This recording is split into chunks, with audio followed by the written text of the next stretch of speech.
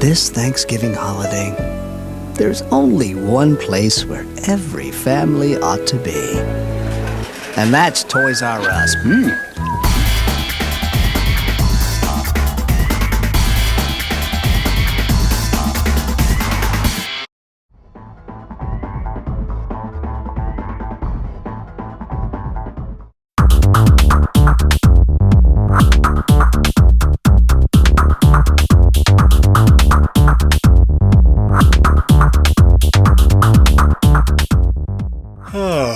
Black Friday. Every year I say I'm not going to go out and buy anything, and yet I always seem to.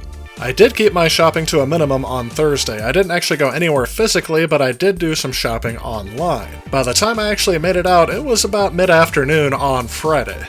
And while some stores had a lot of deals picked over, I actually still ended up finding quite a few games that I've been looking for a while, and especially for new games, I try to wait until Black Friday to pick these games up because I really can't afford to buy a whole bunch of games at full price.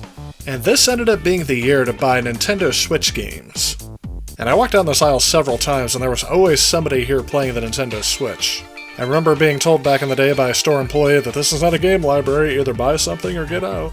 And although this selection looks pretty picked over, I ended up finding a whole bunch of games in a locked cage and I had an employee get in there and grab out the ones that I wanted. Thankfully, they had almost every single game that I wanted, and the ones I couldn't find in store, I ended up ordering online while I was waiting to check out.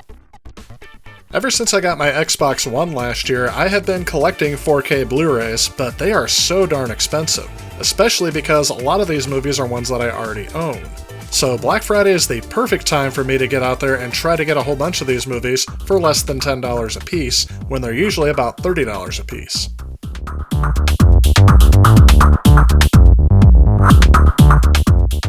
I think one thing that made navigating this store a bit more difficult than usual, even though it's not as crowded in here as I'm sure it was earlier in the day, every aisle had boxes upon boxes of some doorbuster deal that nobody wanted stacked up there, and so I had to wait until areas cleared out before I could make it through. One aisle I noticed that had almost nobody in it the entire time was the Xbox One aisle. Yeah, they had all these digital card codes here, but I wasn't really interested in buying those.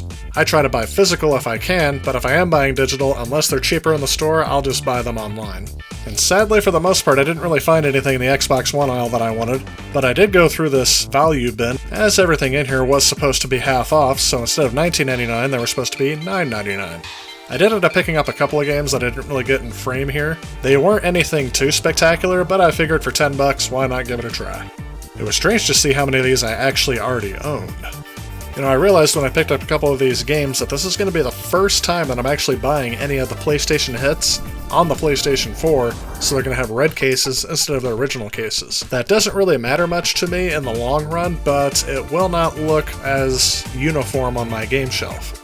Every time I walked down one of the main aisles in the store and I saw these piles of boxes of 4K televisions, I had a thought that the last time I was actually really excited about Black Friday and Black Friday deals was when I was actually looking for a new living room television. I feel that when you're not looking for those kind of big deals, that Black Friday doesn't really have much of a meaning to you, except for me, I actually did some gift shopping for others, so that was actually more important to me and more exciting than the stuff I got for myself.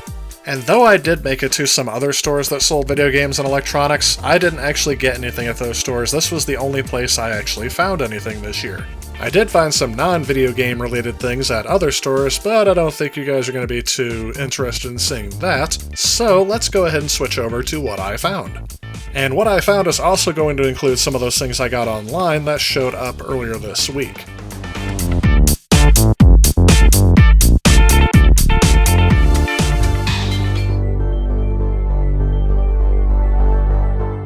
So one of the first games I got was Yooka-Laylee and the Impossible Lair.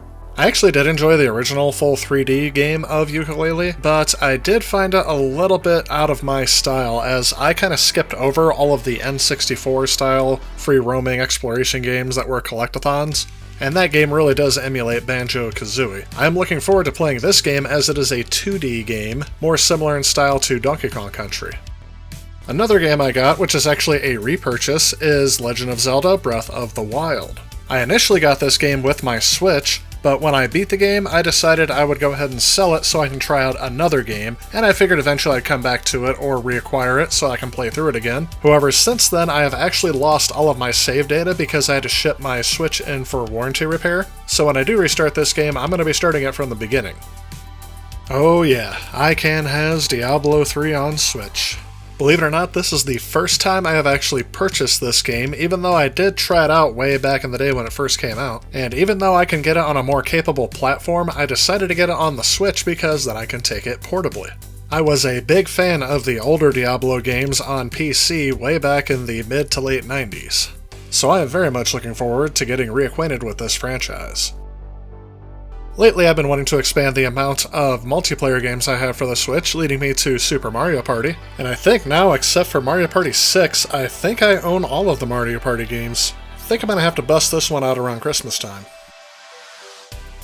That's also the same with Mario Tennis Aces. This game will definitely be more fun to play than playing against the computer if memory serves. I tried this game out a while back and didn't really care for the story mode, so hopefully playing with a second player makes it a lot better. Again, I think I own Mario Tennis on almost every other platform it's been released on because I've been a fan of this game since the Virtual Boy. Oh yes, and Collection of Mana. I wanted to get this game ever since I heard it was being released because it has the original Final Fantasy Adventure, which is the first Mana game if I remember correctly, and I also like that it comes with Secret of Mana and Trials of Mana, although I'm not quite sure if I played Trials of Mana. If I have, it has been a long time.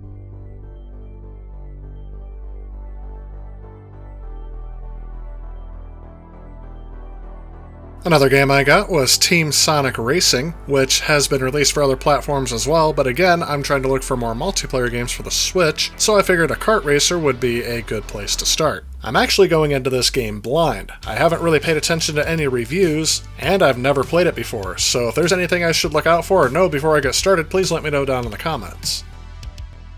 Darksiders 2 is a game that I frequently overlooked on previous generations of consoles. I have been told numerous times that this is a game that I might enjoy, especially if I like the hack-and-slash style of action role-playing game, which I do. Other than that, I'm going into this one blind. Just got it because it was a good deal, and maybe I'll like it, maybe I won't. Again, if there's anything I should know before giving it a try, let me know in the comments.